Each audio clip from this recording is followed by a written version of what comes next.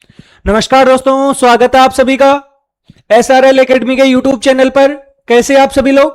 उम्मीद कर रहे हैं कि आप सभी लोग होंगे मस्त होंगे, मजे में होंगे और साथ साथ में अपनी पढ़ाई को कंप्लीट कर रहे होंगे।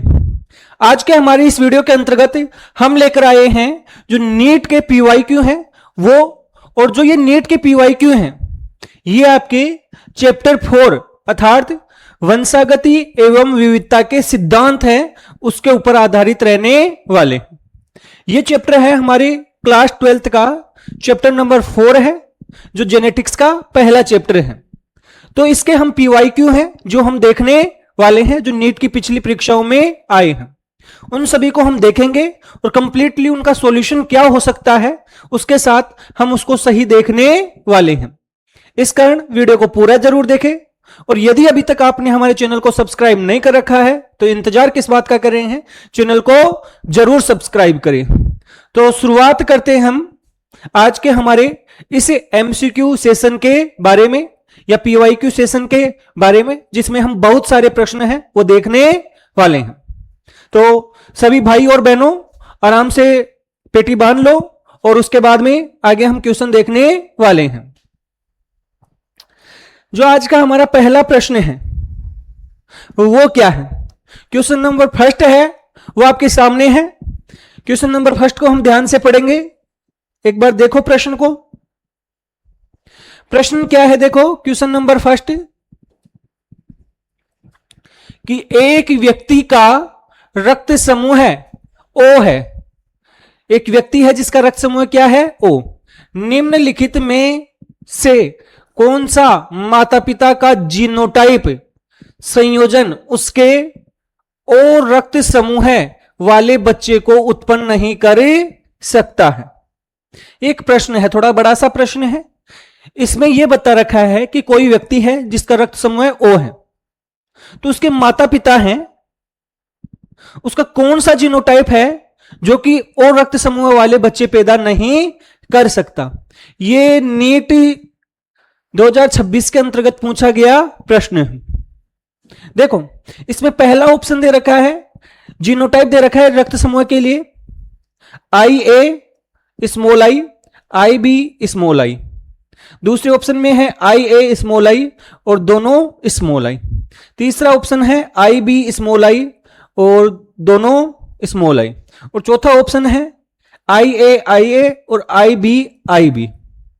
आप सभी लोगों को पता ही होगा कि ये क्वेश्चन है, यहां पर जो ये जीनोटाइप दे रखा है उसके आधार पर हमें पहचानना है कि O रक्त समूह का बच्चा कौन से में नहीं हो सकता है।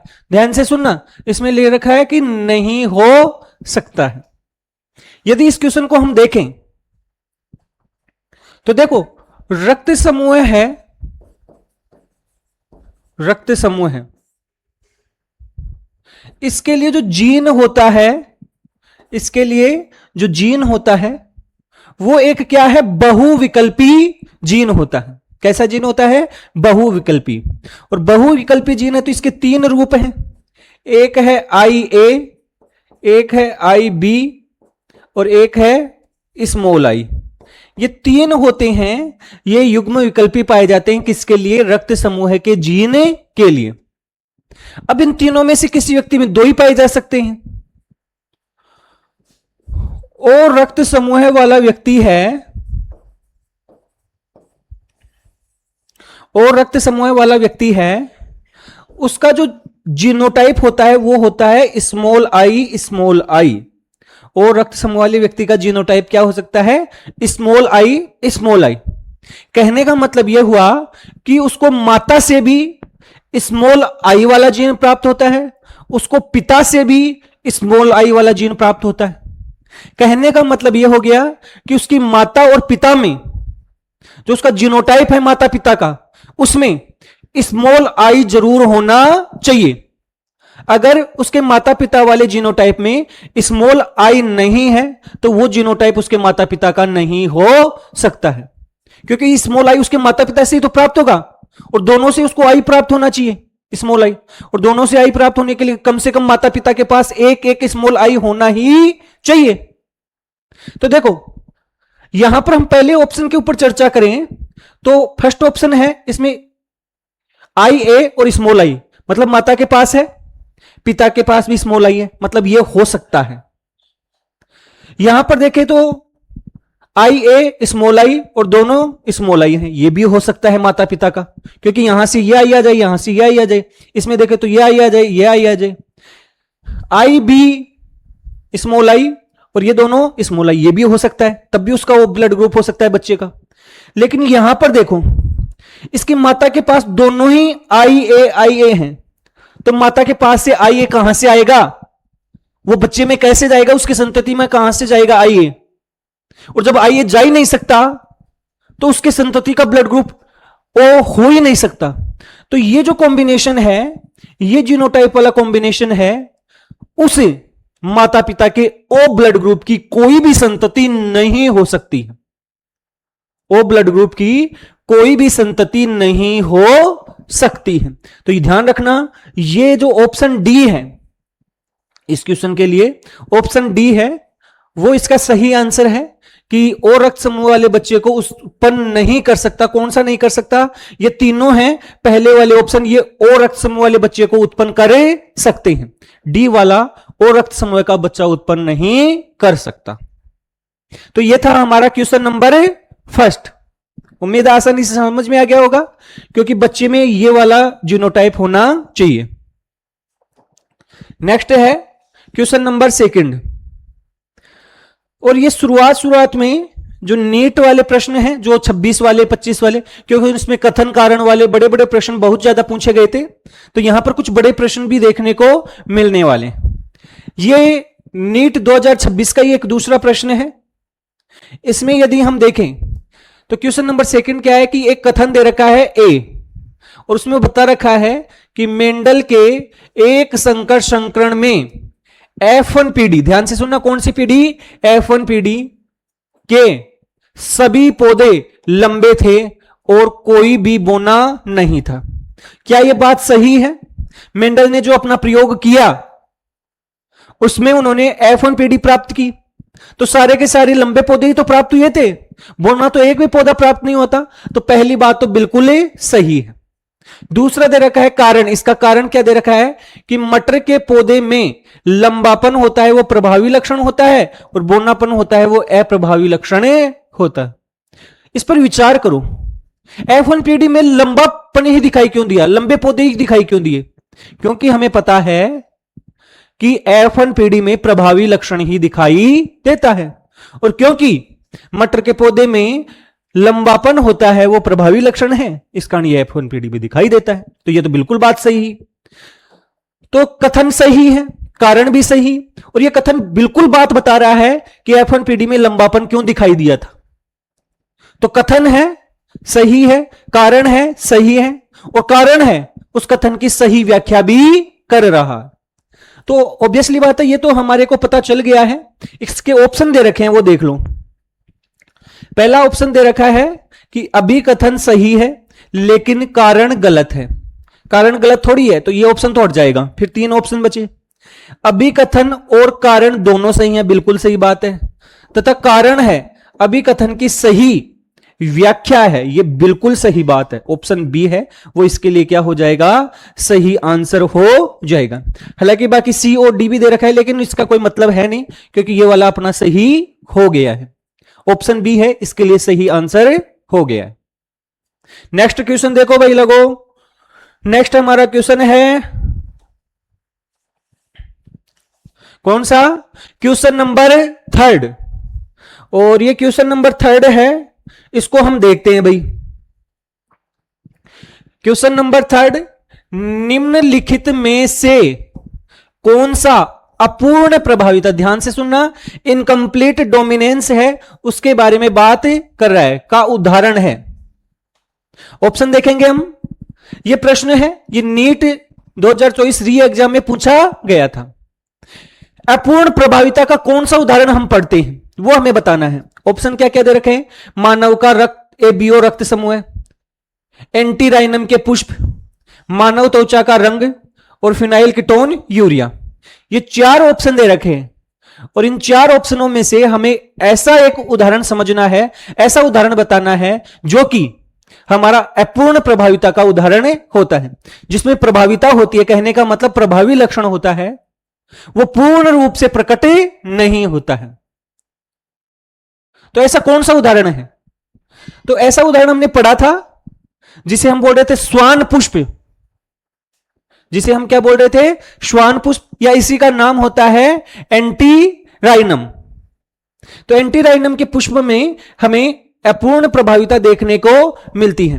देखो, इसके जो लाल रंग के पुष्प थे और सफेद रंग के पुष्प थे, तो इससे जो F1PD बनी थी उसमें गुलाबी रंग के पुष्प मिले थे। कैसे पुष्प मिले थे? गुलाबी। तो कहने का मतलब ये लाल रंग पूर्ण रूप से प्रभावी नहीं था, न ये सफेद रंग था, दोनों का मिक्स आ गया था एक तरीके से। कहने का मतलब प्रभावी लक्षण पूर्ण रूप से अपने आप को प्रकट नहीं कर पा रहा था। तो इसमें आ जाएगा एंटीराइनम, या जिसे हम स्नेप ड्रैगन प्लांट कहते हैं, या जिसे हम स्वान पुष्प कहते हैं, वो इसका सबसे बेस्ट उदाहरण है। तो ये तो सिंपल सा प्रश्न आ गया भाई। Question number 4। क्वेश्चन नंबर 4 क्या है भाई? देखो भाई, क्वेश्चन नंबर 4, एनीप्लॉइडी या एन्यूप्लॉइडी,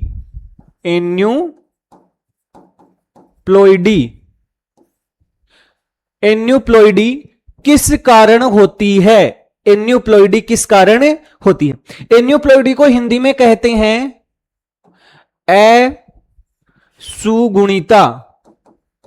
इसे क्या कहते हैं? हमें असुगुणिता कहते हैं। नीट 2024 में पूछा गया प्रश्न।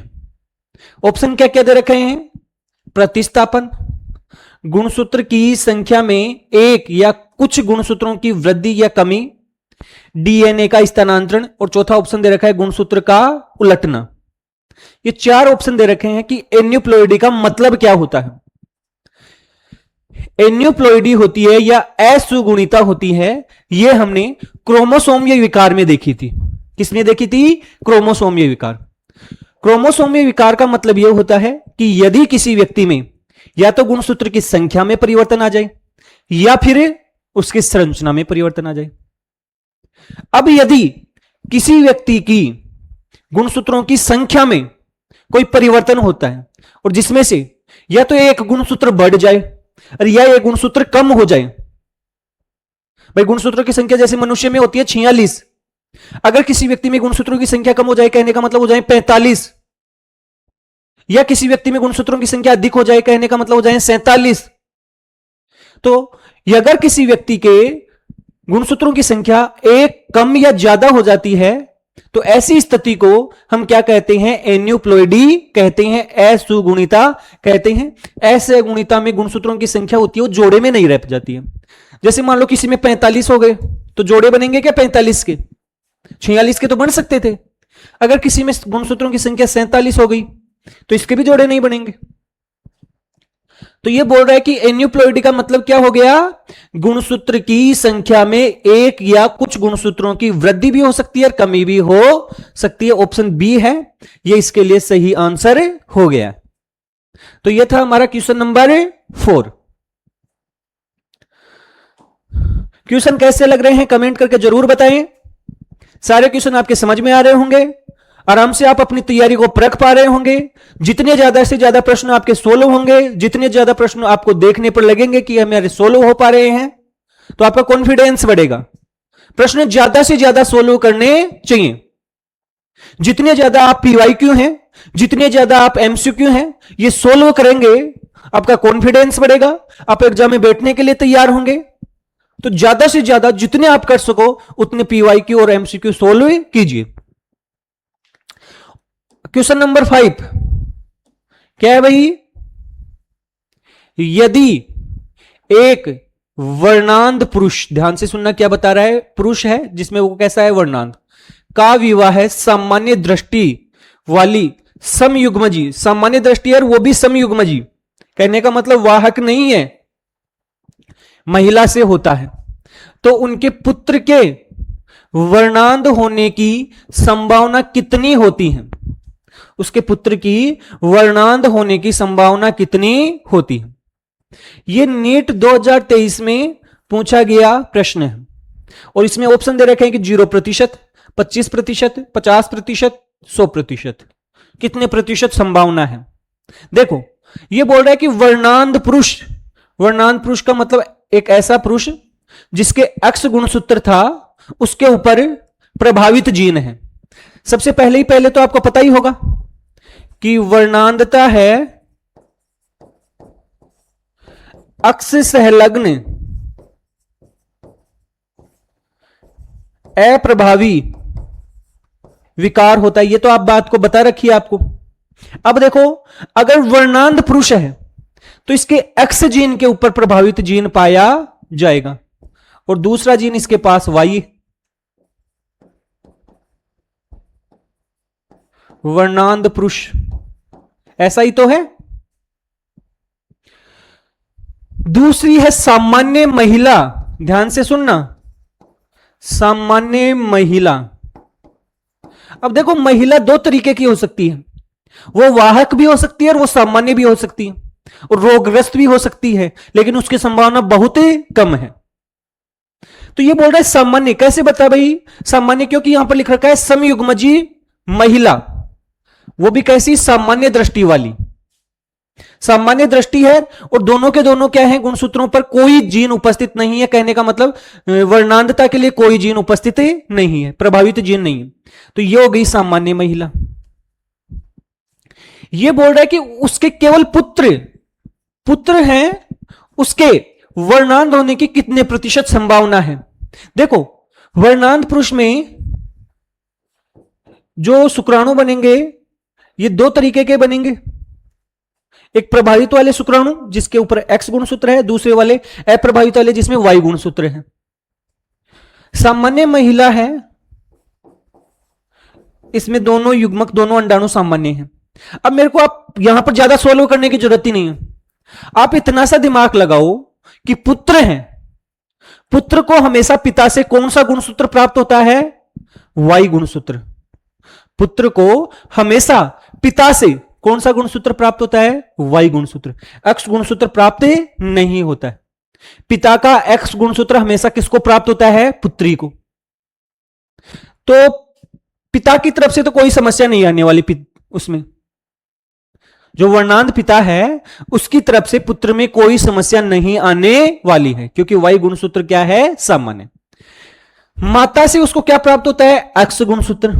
और यहां पर देखो, माता के दोनों एक्स गुणसूत्र सामान्य हैं, दोनों एक्स गुणसूत्र पर कोई समस्या नहीं है। तो ऐसी दंपति हैं, उसके जो भी पुत्र होंगे, ऐसी दंपति के जो भी पुत्र होंगे वो कैसे होंगे? सामान्य। क्यों भाई? ऐसी दंपति हैं, उसके सभी के सभी पुत्र सामान्य ही होंगे, क्योंकि एक्स गुणसूत्र वास्तव में उसको किससे मिल रहा है? माता से। और माता के सारे एक्स गुणसूत्र क्या हैं? सामान्य। वर्णांध रोग होता है वो एक्स संलग्न रोग है। तो इसमें तो कोई कंफ्यूजन ही नहीं है कि ऐसी दंपति के सभी पुत्र कैसे होंगे? सामान्य होंगे। उनके वर्णांध होने की संभावना होगी बिल्कुल 0% ही होगी। ऑप्शन ए होगा, ये इसके लिए सही आंसर हो जाएगा। नेक्स्ट देखो भाई, आराम से हम एक एक प्रश्न को देखते जा रहे हैं और सारे प्रश्न हैं वो हमारे पढ़े हुए हैं, एक तरीके से जो हमने एक तरीके से सारी की चीजें सोल्व करवा रखी हैं। देखो क्वेश्चन नंबर 6, निम्नलिखित में से कौन सा सह प्रभाविता का उदाहरण है? सह प्रभाविता का कौन सा उदाहरण है? और सह प्रभाविता में तो जो उदाहरण आपको याद रखना है वो बता रखा है, इसमें तो कोई कंफ्यूजन नहीं होना चाहिए कि सह प्रभाविता का सबसे बढ़िया उदाहरण होता है, कोडोमिनेंस का सबसे बढ़िया उदाहरण होता है वो मानव का रक्त समूह होता है। मानव का जो रक्त समूह होता है, एबीओ रक्त समूह जिसे हम बोलते हैं, इसके अंतर्गत भी यदि आपसे विशेष तौर पर पूछे कि कौन सा रक्त समूह है, क्योंकि रक्त समूह तो 4 प्रकार के होते हैं, एबी होता है, बीबी होता है, एबीबी होता है, ओबी होता है। तो कौन से में हमें सह प्रभाविता देखने को मिलती है? एबी रक्त समूह में सह प्रभाविता देखने को मिलती है, कोई कंफ्यूजन नहीं है। तो नीट 2022 में पूछा गया प्रश्न है, मटर में लंबा और बोना, यह तो आपका सह प्रभाविता का उदाहरण नहीं है। मेरीबिलस जलापा, मेरीबिलस जलापा कि पुष्प का रंग, ये भी नहीं है, मेरी बिलस जलापा वाला भी नहीं है, ये हमारा अपूर्ण प्रभाविता में आता है। मानव का एबीओ रक्त समूह है। सह प्रभाविता में सबसे इंपॉर्टेंट याद रखना है कि रक्त समूह में कैसी प्रभाविता पाई जाती है, सह प्रभाविता पाई जाती है। ऑप्शन सी है इसका सही आंसर हो गया। मानव की त्वचा का रंग, नहीं भाई, ये बहुजीनी वंशागति का उदाहरण है। कौन सा? मानव की त्वचा का रंग। तो ये था हमारा क्वेश्चन नंबर 6। ये सारे के सारे प्रश्न हैं, ये आपके नीट की पिछली परीक्षाओं में पूछे गए प्रश्न हैं। हालांकि हो सकता है कि जो पेपर में प्रश्न आया उसकी लैंग्वेज थोड़ी सी अलग हो सकती है, लेकिन ये सारे के सारे प्रश्न पूछे गए प्रश्न हैं।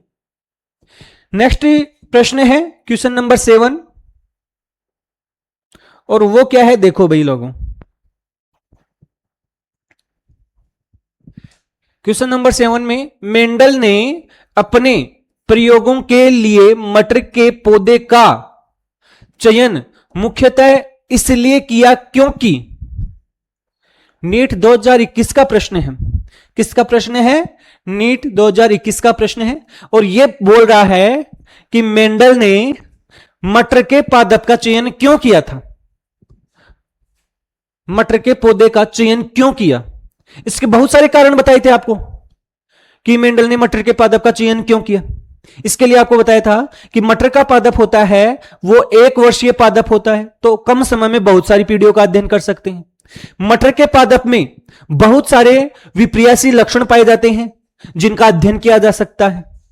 इसके अलावा मटर का जो पुष्प होता है वो द्विलिंगी पुष्प होता है, उसमें पुंकेसर और स्त्रीकेसर अलग अलग दिखाई देते हैं।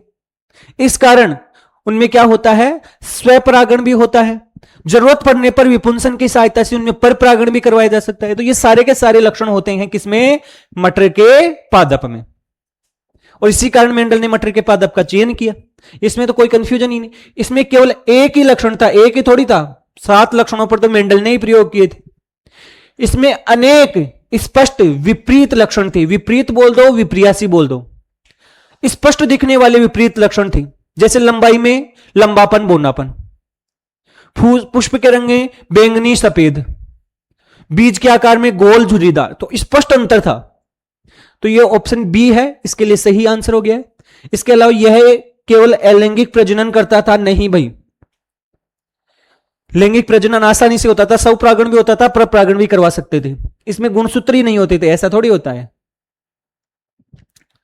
तो क्वेश्चन नंबर 8, और क्वेश्चन नंबर 8 क्या है देखो। क्वेश्चन नंबर 8, लिंकेज और पुनर्संयोजन के अध्ययन के लिए प्रसिद्ध वैज्ञानिक कौन थे? नीट 2018 का प्रश्न है और इसमें तो कोई कंफ्यूजन नहीं होना चाहिए। लिंकेज अर्थात सहलग्नता, और इसके अलावा पुनर्संयोजन रिकॉम्बिनेशन के लिए प्रसिद्ध वैज्ञानिक जिन्होंने फल मक्खी के ऊपर ड्रोसोफिला मेलेनागास्टर के ऊपर अपना क्या किया था, प्रयोग किया था। और वो वैज्ञानिक थे TH. Morgan, Thomas Hunt Morgan, जिन्होंने अपने प्रयोग किए थे। उन्होंने सहलग्नता को और पुनर्संयोजन को, रिकॉम्बिनेशन को समझाया था। तो कौन से वैज्ञानिक थे? टी.एच. मॉर्गन। ऑप्शन में क्या दे रखा है? ग्रेगर मेंडल आनुवांशिक के जनक हैं, वो नहीं थे। टी.एच. मॉर्गन अभी आपको बता ही दिया। इन्होंने सहलग्नता और पुनर्संयोजन के क्या किए थे, प्रयोग किए थे। किस पर किए थे? ड्रोसोफिला मेलेनागास्टर नाम की एक फल मक्खी होती है उसके ऊपर।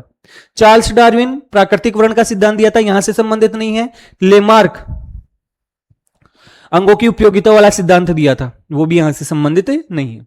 तो टी.एच. मॉर्गन है, पूरा नाम है थॉमस हंट मॉर्गन, उन्होंने ये प्रयोग किए थे। नेक्स्ट क्वेश्चन देखो भाई, क्वेश्चन नंबर 9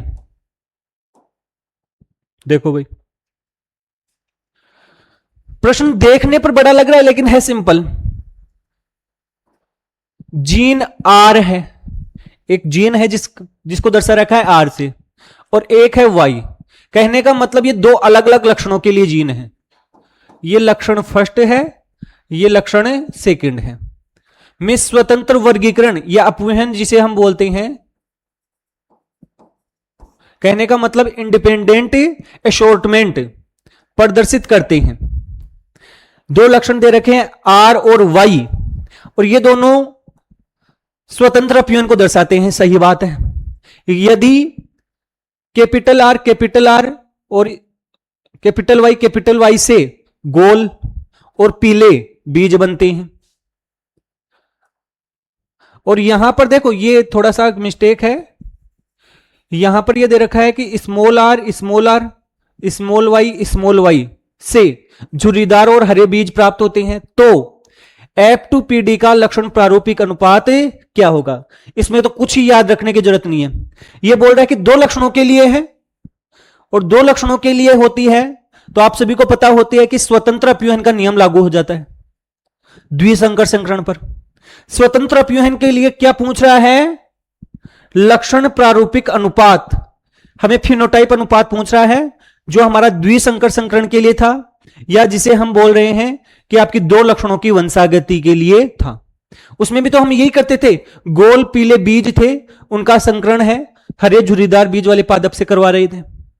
उसका लक्षण प्रारूप अनुपात हमें पता है, फिनोटाइप का अनुपात हमें पता है 9:3:3:1, यही तो अनुपात था।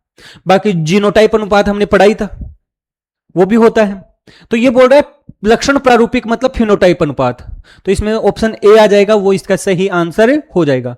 बाकी ये इससे संबंधित नहीं है।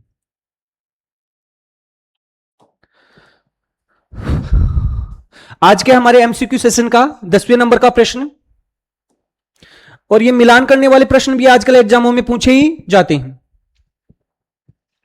ये प्रश्न देखो, क्वेश्चन नंबर 10, निम्नलिखित का सही मिलान कीजिए। ये एक हमारी टेबल दे रखी है एक तरीके से, उसमें एक सूची फर्स्ट दे रखी है, एक सूची सेकंड दे रखी है।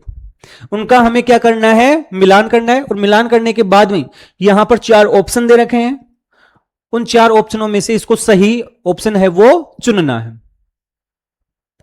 तो देखें इसको, जीन के 2 या अधिक वैकल्पिक रूप होते हैं। हम बोलते हैं कि एक ही जीन के जो विप्रियासी स्वरूप होते हैं, विपरीत रूप होते हैं, उनको हम क्या बोलते हैं भाई?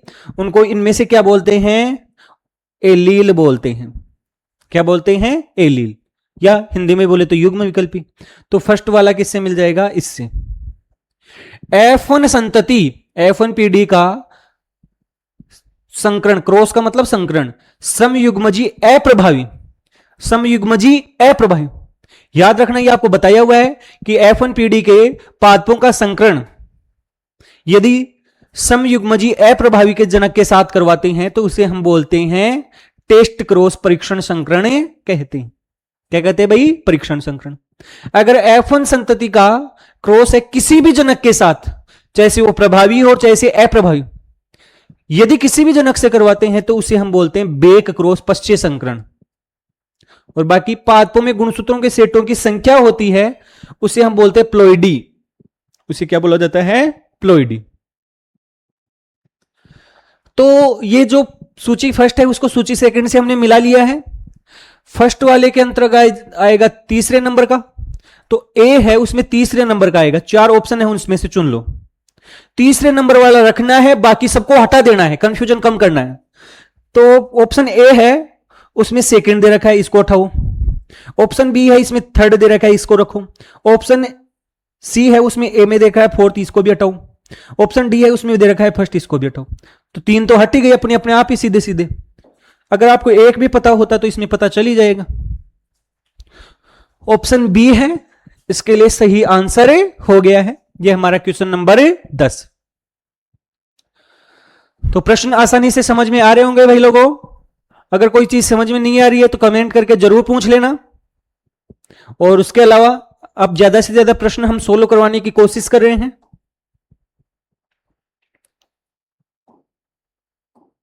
देखो भाई, question number 11, sickle cell anaemia में हीमोग्लोबिन की बीटा श्रृंखला में कौन सा एमिनो अम्ल परिवर्तन होता है? सिकल सेल एनीमिया होता है, उसमें हमें यह तो पता हो गया कि बीटा श्रृंखला में एमिनो अम्ल होता है, उसमें परिवर्तन आ जाता है। यह नीट 2022 में पूछा गया प्रश्न है। लेकिन वो कौन सा एमिनो अम्ल है जो बदलता है? बीटा श्रृंखला में छठवें नंबर पर, बीटा श्रृंखला में छठवें नंबर पर एक एमिनो अम्ल होना चाहिए और उसका नाम होना चाहिए ग्लूटामिक अम्ल। क्या होना चाहिए? ग्लूटामिक अम्ल। लेकिन सिकल सेल एनीमिया में यह बदल जाता है और इसके स्थान पर आ जाता है वेलिन। क्या आ जाता है? वेलिन। तो देखो, ग्लाइसिन के स्थान पर वेलिन आता है? नहीं, ग्लूटामिक अम्ल होना चाहिए और उसके स्थान पर क्या आ जाता है? वेलिन। ये बिल्कुल सही बात है। ये उल्टा दे दिया, वेलिन के स्थान पर ग्लूटामिक अम्ल नहीं है, लाइसिन के स्थान पर वेलिन नहीं है।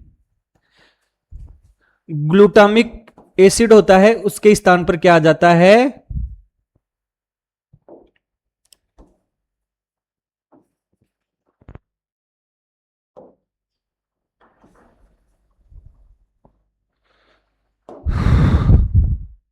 ग्लूटामिक एसिड के स्थान पर वेलिन।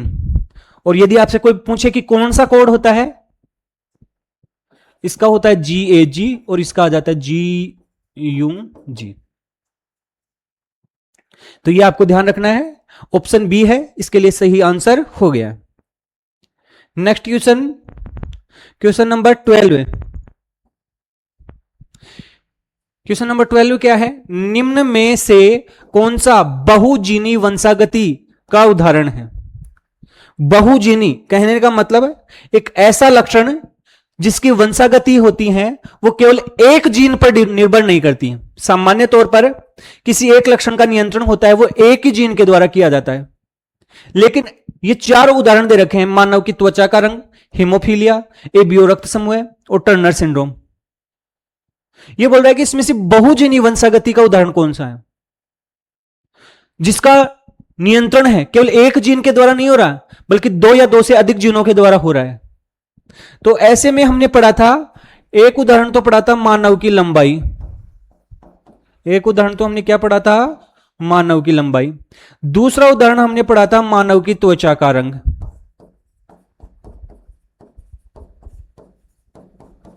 मानव की त्वचा का रंग, त्वचा का रंग है, इसके लिए हमने बोला था कि 3 जीन है, सपोज करो A, B, C। इनके ये प्रभावी रूप हैं, ये कैसे हैं? प्रभावी। और इन्हीं के ये कैसे हैं? अप्रभावी रूप। Small a, small b, small c। तो ये 3 जीन टोटल मिलकर किसका प्रभाव डालती हैं? त्वचा पर। अगर तीनों जीनों के प्रभावी रूप उपस्थित हैं, मतलब capital A, capital A, capital B, capital B, और कैपिटल C, तो उस व्यक्ति में क्योंकि तीनों ही प्रभावी रोग हैं, तीनों ही प्रभावी जीन उपस्थित हैं, तो उस व्यक्ति में त्वचा का रंग सबसे ज्यादा गहरा होगा। अगर किसी व्यक्ति में तीनों ही अप्रभावी हैं, तीनों के ही small a, small a, small b, small b, small c, small c, तो उस व्यक्ति की त्वचा का रंग सबसे हल्का होगा। और यदि इनके बीच का कहीं आगे पीछे हो रहा है तो बीच में हो जाएगा। तो त्वचा का रंग है वो आपका बहुजीनी वंशागति का,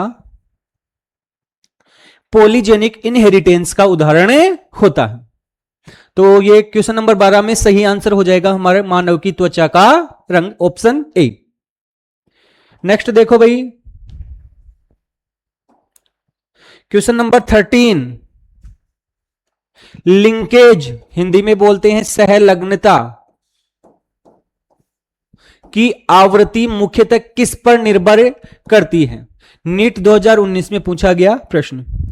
सहलग्नता, सहलग्नता का मतलब हो गया है कि मान लो ये कोई एक गुणसूत्र है और इस गुणसूत्र पर ये एक जीन है, ये दूसरा जीन है।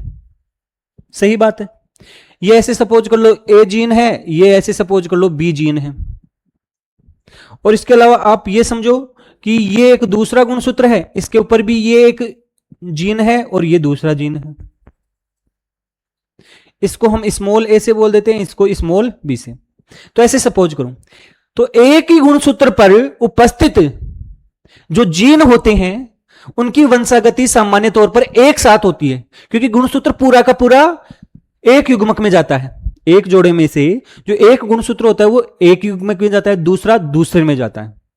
तो संभावना यह रहती है कि एक ही गुणसूत्र पर उपस्थित जो जीन है वो एक ही युग्मक में जाए। कहने का मतलब ये दोनों जीन हैं वो साथ साथ जाएं, ऐसे ही इसमें ये दोनों जीन हैं वो साथ साथ जाएं। इस घटना को हम बोलते हैं सहलग्नता।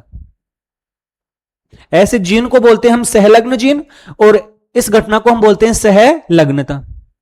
लेकिन हमेशा साथ साथ जाएं ऐसा जरूरी नहीं है, क्योंकि जब युग्मक बनते हैं और युग्मक बनने के दौरान अर्धसूत्री विभाजन होता है, तो उस समय एक घटना होती है जिसका नाम होता है क्रॉसिंग ओवर, जिसे हिंदी में बोलते हैं जीन विनिमय। उस घटना के कारण कई बार क्या होता है कि जो समजात गुणसूत्र होते हैं उसके जीन एक दूसरे के ऊपर बदले जाते हैं, उसके जीन एक दूसरे के ऊपर बदल जाते हैं। तो इस कारण से कई बार ये सहलग्न जीन होती हैं वो अलग भी हो सकती हैं, उनकी अलग होने की संभावना भी होती है। कौन सी घटना के कारण है? क्रॉसिंग ओवर के कारण। अगर वो अलग हो जाती हैं तो इसे बोलते हैं हम पुनर्संयोजन, रिकॉम्बिनेशन। भाई ये दूसरे के ऊपर चला जाएगा तो उसे हम क्या बोल देते हैं? रिकॉम्बिनेशन। अब हमें यह बताना है कि सहलग्नता मतलब साथ साथ जाने की संभावना, पुनर्संयोजन मतलब अलग होने की संभावना, ये एक दूसरे की क्या है? पूरक है एक तरीके से। मतलब अगर सहलग्नता ज्यादा होगी तो पुनर्संयोजन की संभावना कम होगी, और यदि हम बोलें कि पुनर्संयोजन की संभावना बढ़ गई है तो सहलग्नता की संभावना कम हो जाएगी। सहलग्नता इस पर डिपेंड करती है कि दो सहलग्न जीन एक दूसरे के कितना पास में हैं। ये दोनों जीन देखो ए और बी एक गुणसूत्र पे हैं और बिल्कुल पास पास में हैं। ये दो जीन देखो ए और बी, ये भी एक ही गुणसूत्र पर हैं, सहलग्न जीन हैं, लेकिन इनके बीच की दूरी क्या है? ज्यादा। तो इसके अंतर्गत सहलग्नता अधिक होगी, अर्थात साथ साथ जाने की संभावना अधिक होगी, पुनर्संयोजन की संभावना कम होगी। इसके अंतर्गत देखें तो क्योंकि जीनों के बीच में दूरी अधिक है तो इनमें अलग होने की संभावना बढ़ जाती है, साथ साथ जाने की संभावना कम हो जाती है, अर्थात सहलग्नता की आवृत्ति कम और पुनर्संयोजन की संभावना बढ़ जाती है। तो ये यही तो पूछ रहा है कि लिंकेज की आवृत्ति है वो किस पर निर्भर करती है? तो ये निर्भर करती है कि एक ही गुणसूत्र पर या जो सहलग्न जीन है उनके बीच की दूरी क्या है, सहलग्न जीनों के बीच की दूरी। अगर बीच की दूरी कम है तो संभावना अधिक है लिंकेज की, अगर बीच की दूरी ज्यादा है तो लिंकेज की संभावना कम है। तो यहां पर देखो जीन के बीच की दूरी पर डिपेंड करता है, कोशिका के आकार पर निर्भर नहीं करता, डीएनए की मात्रा पर भी निर्भर नहीं करता, राइबोसोम की संख्या पर भी निर्भर नहीं करता, इन जीन के बीच की दूरी पर निर्भर करता है। अगर दूरी कम है तो सहलग्नता ज्यादा होगी, दूरी अधिक है तो सहलग्नता कम होगी। ऑप्शन ए है इसके लिए सही आंसर हो गया। क्वेश्चन नंबर 14, मेंडल के स्वतंत्र अपव्यूहन के नियम का पालन सामान्यतः तब होता है जब, यह नीट 2018 में पूछा गया प्रश्न है। मेंडल ने स्वतंत्र अपव्यूहन का नियम दिया और स्वतंत्र अपव्यूहन के नियम में उन्होंने बताया था कि दो लक्षण हैं, उनकी वंशागति अलग अलग होती है। लेकिन अब भी हमने पढ़ा अगर कोई दो लक्षणों के जीन एक ही गुणसूत्र पर आ जाए तो उनकी साथ साथ होने की संभावना भी तो बढ़ती है। तो यह केवल तभी हो सकता है स्वतंत्र अपव्यूहन जब वो दोनों जीन हैं वो क्या हो, या तो अलग अलग गुणसूत्रों पर हो, और अगर मान लो एक ही गुणसूत्र पर भी हैं तो इनके बीच की दूरी अधिक होनी चाहिए, क्योंकि बीच की दूरी अधिक होगी तो उनके अलग अलग होने की संभावना भी बढ़ेगी। अभी आपको बताया था। तो जीन एक ही स्थान पर हो ये तो बिल्कुल नहीं हो सकता, एक ही स्थान पर होंगे तो उनके अलग होने की संभावना बहुत कम हो जाएगी। जीन अलग अलग गुणसूत्रों पर होना चाहिए, सही बात, या पर्याप्त दूरी पर स्थित होना चाहिए। एक ही गुणसूत्र पर हैं तो उनके बीच की दूरी अधिक होनी चाहिए। जीन हमेशा पूर्णतः लिंक्ड होने से तो वो अलग ही नहीं होंगे। दोनों जीन समान एलील पर हो, नहीं भाई, जीन है वो अलग अलग गुणसूत्र पर होने चाहिए और पर्याप्त दूरी होनी चाहिए। अगर ऐसी स्थिति है तो ही मेंडल का तीसरा नियम, जिसे हम स्वतंत्र अपव्यूहन का नियम कहते हैं, वो लागू होता है। ऑप्शन बी है वो सही आंसर हो गया। क्वेश्चन नंबर 15, निम्न में से कौन सा गुणसूत्रीय विकार और उसके गुणसूत्रीय संगठन का सही मिलान है? नीट 2015 में पूछा गया प्रश्न है। यहां पर 4 ऑप्शन दे रखे हैं कि डाउन सिंड्रोम के लिए ये वाला गुणसूत्र का संरचना होनी चाहिए, टर्नर सिंड्रोम के लिए ये वाली, क्लाइनफेल्टर के लिए ये वाली, डाउन सिंड्रोम के लिए ये वाली। लेकिन इनमें से एक सही है और बाकी 3 क्या हैं? गलत हैं। हमें सही वाले को पहचानना है। डाउन सिंड्रोम, डाउन सिंड्रोम में क्या होता है? 21वें गुणसूत्र की अधिकता, तो गुणसूत्र की संख्या कितनी हो जाएगी? 47। इसमें कितने देखे हैं भाई? 44 प्लस एक्स ओ, ओ का मतलब यहां पर कोई गुणसूत्र नहीं है, तो यहां पर तो गुणसूत्र केवल 45 हुए, तो ये तो गलत हो गया। टर्नर सिंड्रोम, एक गुणसूत्र की कमी होती है, महिलाओं में होता है, एक्स गुणसूत्र की कमी होती है, तो इसमें दे रखा है 44 प्लस एक्स एक्स वाई, और ये तो 47 गुणसूत्र हो गए, तो टर्नर सिंड्रोम में तो कितने होते हैं? 45, तो ये भी गलत हो गया। Klinefelter syndrome 44 plus X X Y, ये आपको पता ही है, टर्नर सिंड्रोम पुरुषों में होने वाला रोग है जिसमें एक एक्स गुणसूत्र अधिक हो जाता है, गुणसूत्रों की संख्या 47 हो जाती है। सही बात है, 44 प्लस एक्स एक्स वाई, ये 47 गुणसूत्र बिल्कुल सही है। डाउन सिंड्रोम अभी आपको बताया था 21वें गुणसूत्र की अधिकता होती है, इसमें देखो गुणसूत्र की संख्या तो 47 हो गई, लेकिन अधिक कौन सा हुआ? वाई गुणसूत्र अधिक हुआ। वाई नहीं होता है, कौन से नंबर का गुणसूत्र होता है? 21वें नंबर का, तो यह भी गलत है।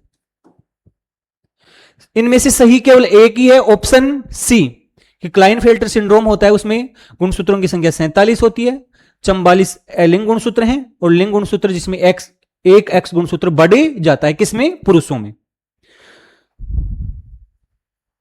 तो इस प्रकार से हमारे कितने प्रश्न हो गए हैं? 15।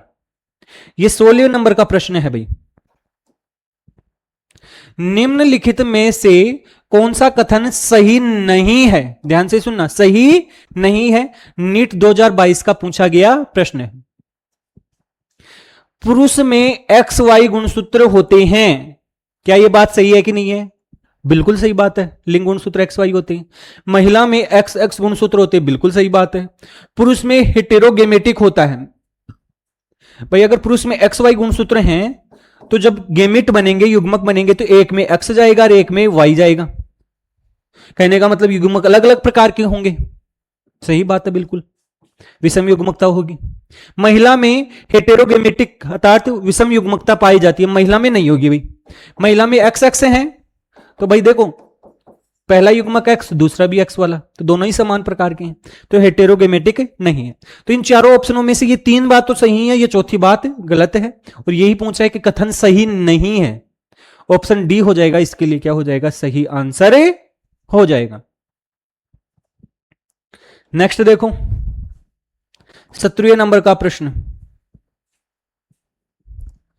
निम्न में से कौन सा एक्स संलग्न अप्रभावी विकार नहीं है? ध्यान से सुनना, एक्स संलग्न होना चाहिए, अप्रभावी विकार नहीं है, मतलब 4 ऑप्शन दे रखे हैं, उनमें से 3 हैं या बाकी है और बाकी एक नहीं है। नीट 2021 में पूछा गया प्रश्न है।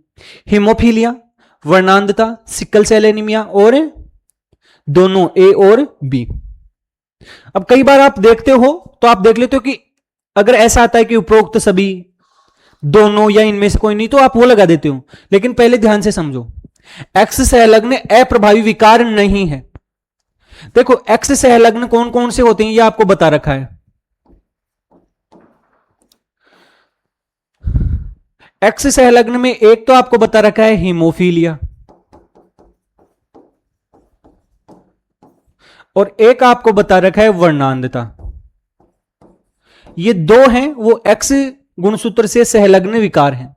बाकी आपका sickle cell anaemia, phenylketonuria और थैलीसीमिया, ये तीनों रोग होते हैं वो आपके एलिंग गुणसूत्र से जुड़े हुए होते। तो यहां पर ध्यान से सुनो, हीमोफीलिया भी एक्स संलग्न अप्रभावी विकार है, वर्णांधता भी है, तो ये दोनों तो नहीं होंगे। सिकल सेल एनीमिया कैसा है? एलिंग संलग्न अप्रभावी विकार है, और ये पूछ रहे हैं एक्स संलग्न अप्रभावी विकार, लेकिन वो नहीं होना चाहिए, तो ये दोनों तो हैं, तो ये तो नहीं आएंगे। सिकल सेल एनीमिया है वो आपका कैसा होता है? अप्रभावी वाला होता है, ऑप्शन सी है वो सही आंसर हो गया है।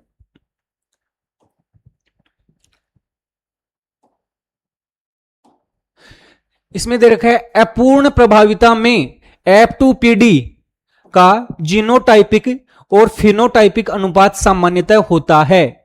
नीट 2024 में पूछा गया प्रश्न।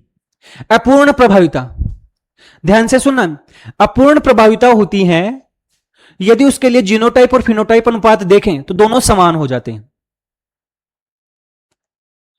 F2PD के अंतर्गत लाल रंग का पुष्प भी हमें देखने को मिला था स्नैपड्रैगन प्लांट में, गुलाबी रंग का भी और सफेद रंग का भी, जिसमें से एक लाल रंग का, दो गुलाबी रंग के, एक सफेद रंग का, तो अनुपात हो जाता है 1:2:1। और ऐसा ही फिनोटाइप अनुपात होता है, एक के लिए होता है RR, दो के लिए होता है एक R कैपिटल दूसरा स्मॉल, और एक के लिए होता है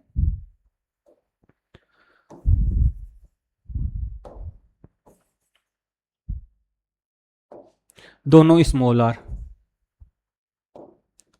तो इस प्रकार से इसका जीनोटाइप अनुपात भी यही है, फिनोटाइप अनुपात भी यही है, दोनों के लिए सेम ही होता है 1:2:1। तो यहां पर आ जाएगा जीनोटाइपिक अनुपात 3:1 नहीं, बी में है 1:2:1, सही बात है, और फिनोटाइप भी 1:2:1, ये भी सही है। तो ऑप्शन बी है वो सही आंसर हो गया। बाकी 9:3:3:3 ये एक द्विसंकर संकरण के लिए है और ये वाला भी इसके लिए नहीं। नेक्स्ट क्वेश्चन देखो भाई, क्वेश्चन नंबर 18। एक पौधे का जीनोटाइप, अब यहां पर देखो ये वाला नहीं, जीनोटाइप है जिसका नाम है ये वाला, एक कैपिटल टी एक स्मॉल टी फिर एक आर कैपिटल एक स्मॉल आर। यदि वह पौधा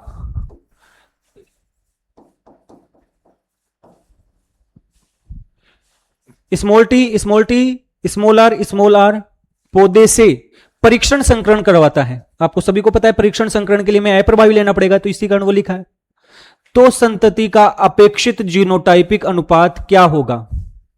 ये बोल रहा है कि हमारे पास एक पादप है ऐसा, एक पादप है ऐसा, तो इनकी संतति में कौन कौन से हो सकते हैं, इनका क्रॉस करवा लो, युग्मक बनेंगे तो एक में कैपिटल टी आ जाएगा,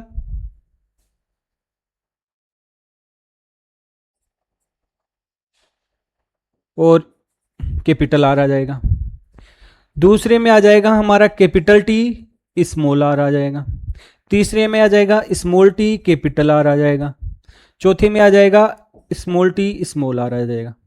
तो ये चार प्रकार के क्या बन जाएंगे, युग्मक बनेंगे इस पादप से। इस पादप से केवल एक ही प्रकार के क्या बनेंगे, युग्मक, इसी प्रकार के युग्मक बनेंगे सभी के सभी। तो इनका इसके साथ हम देखेंगे, तो ये बोल रहा है कि संतति का जीनोटाइपिक अनुपात क्या होगा। भाई इनका इसके साथ भी करवाएंगे, इसके साथ भी करवाएंगे, इसके साथ भी करवाएंगे, इसके साथ भी करवाएंगे, तो ऐसा भी सभी के लिए समान होंगे, ऐसे वाला भी एक, ऐसे वाले भी समान, ऐसे वाले भी, ऐसे वाले भी, इसके भी 1:1:1, सभी के लिए समान ही आएगा, सभी का जीनोटाइपिक अनुपात क्या आ जाएगा, समान, क्योंकि ये एक ही तो प्रकार का है। तो इसमें आ जाएगा 9:3:3:1 नहीं भाई, 3:1 ये भी नहीं, 1:1:1:1, जीनोटाइपिक अनुपात यही होगा। और लास्ट प्रश्न है आज का हमारा, क्वेश्चन नंबर 20। वो क्या है, पक्षियों में लिंग निर्धारण किस प्रकार का होता है। नीट 2016 का प्रश्न है, XY प्रकार का, XO प्रकार का, ZW प्रकार का, XX XY प्रकार का। तो हमने लिंग निर्धारण के लिए अलग प्रकार पढ़े थे। देखो XY प्रकार का मुख्य रूप से मनुष्य में, XO प्रकार का पक्षियों में, सॉरी पक्षियों में नहीं भाई,